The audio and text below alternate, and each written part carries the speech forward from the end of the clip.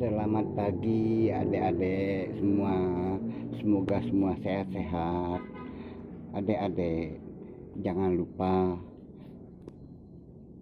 sebagaimana yang pernah saya jelaskan, kita jangan ikuti animo-animo negatif. Adik-adik semua,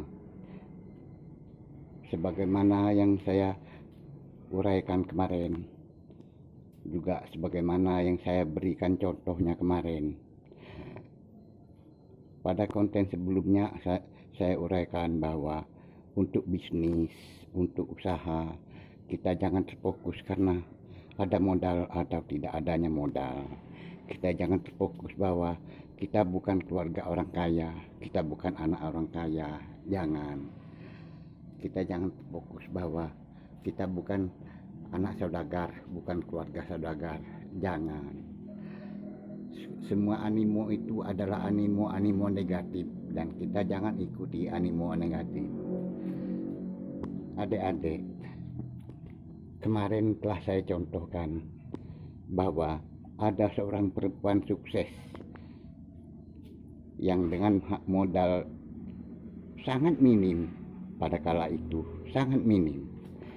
Kemudian sekitar 20 tahun lebih dia menjadi besar. Dia menjadi terkenal sebagai pengusaha nasional dengan memiliki 20 lebih pesawat udara. Siapa dia? Adalah Ibu Susi Puji Astuti. Perempuan tersebut namanya Susi Puji Astuti.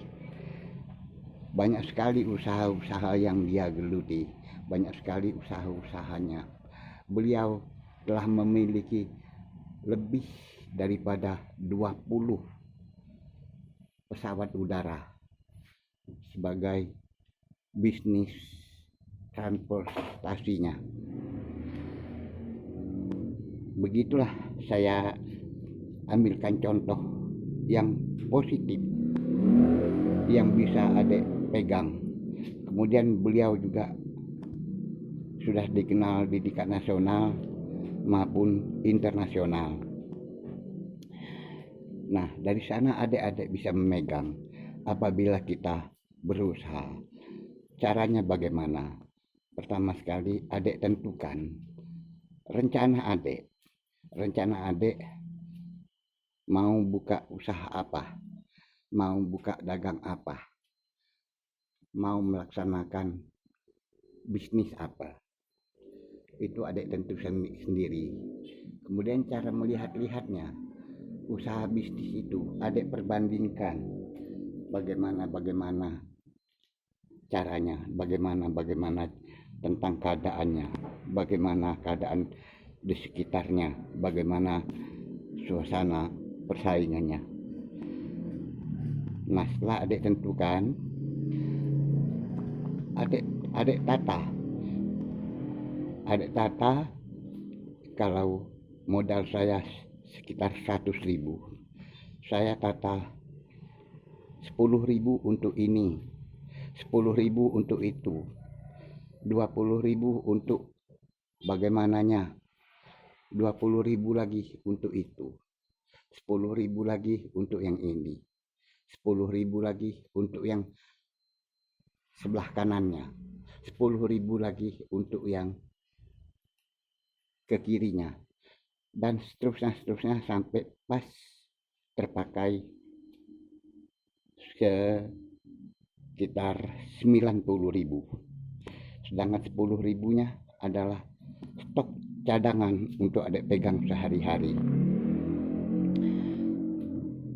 Ini saya dalam waktu 1 tahun bisnis adik itu akan meningkat menjadi jutaan rupiah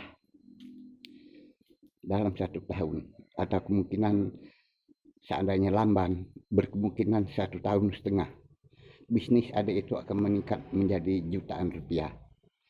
Selanjutnya lagi, hal itu bukan hanya sekedar adik rencanakan, bukan adik tata begitu saja, tetapi adik laksanakan, adik jadikan aktivitas dengan bertindak jujur bertindak positif, bertindak bertanggung jawab, bertindak ramah, bertindak loyal, jangan melanggar aturan-aturan, jangan melanggar aturan agama, jangan melanggar aturan negara, jangan juga melanggar aturan kehidupan sehari-hari, jangan juga melanggar aturan-aturan norma di tempat adik tinggal, di mana tempat adik berada.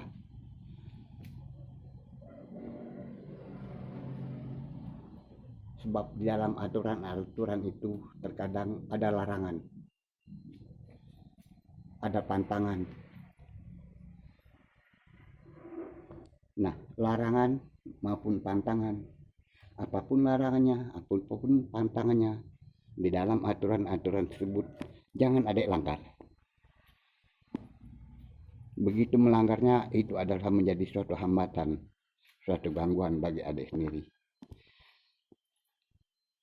Kemudian bertindaklah ramah, jangan angkuh, jangan malas.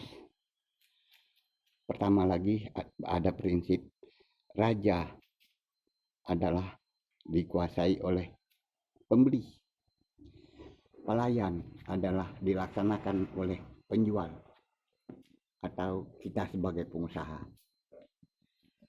Atau dalam pepatah lamanya, pembeli adalah raja, penjual adalah pelayan. Mana mungkin pelayan akan sombong, mana mungkin pelayan akan sangar, mana mungkin pelayan akan angkuh. Sebagai penjual kita harus memuaskan pembeli, sebagai pengusaha kita harus memuaskan pelanggan, sebagai pengusaha kita harus memuaskan pembeli. Jangan lupa mengucapkan kata-kata maaf dan kata-kata terima kasih kepada pembeli, kepada pelanggan kita. Walaupun seandainya tidak terjadi transaksi, tidak terjadi tindakan jual beli. Setelah dari sana, untuk menguasainya dan kita untuk mengaturnya, adik lanjutkan dengan pengawasan, baik pengawasan keluar maupun pengawasan sekitar lingkungan maupun pengawasan terhadap diri adik sendiri. Kenapa diperlukan pengawasan? Hal ini adalah untuk mengatur dan mengendalikan diri kita sendiri, itu pengawasan terhadap diri, supaya diri jangan berpoya-poya, supaya diri kita sendiri jangan melanggar aturan-aturan, supaya diri kita sendiri bisa menentukan langkah-langkah hemat dan langkah-langkah interaktif serta langkah-langkah kreatif berikutnya.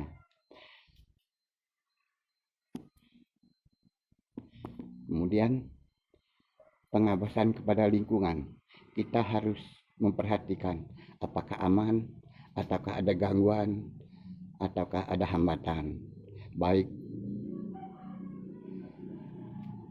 dari para penipu, baik dari para preman, baik dari para bandit. Di sana kita harus tetap waspada. Kemudian kita harus mengawasi sehingga kita bisa mengambil langkah-langkah yang untuk mengamankan diri kita, mengamankan usaha kita. Apakah kita akan bertindak melanjutkan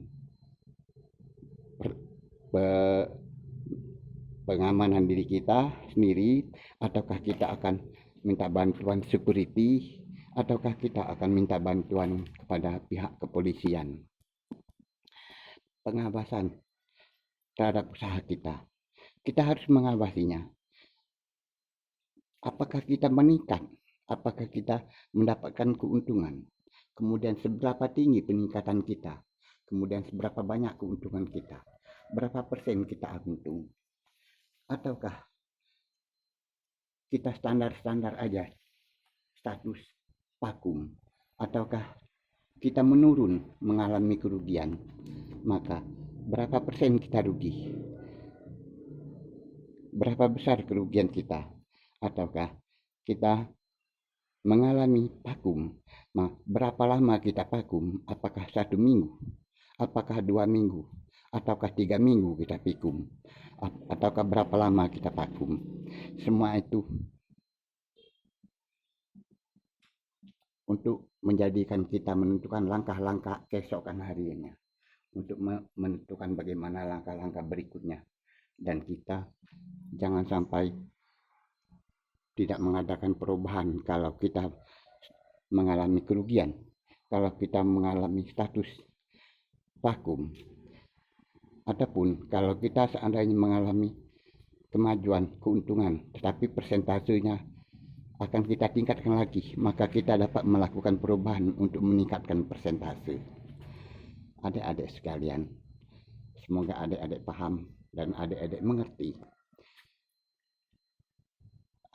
Dan boleh adik ikuti berita-berita maupun cerita-cerita lama tentang yang saya contohkan tadi, tentang pengusaha nasional, pengusaha sukses dari Ibu Susi Puji Astuti.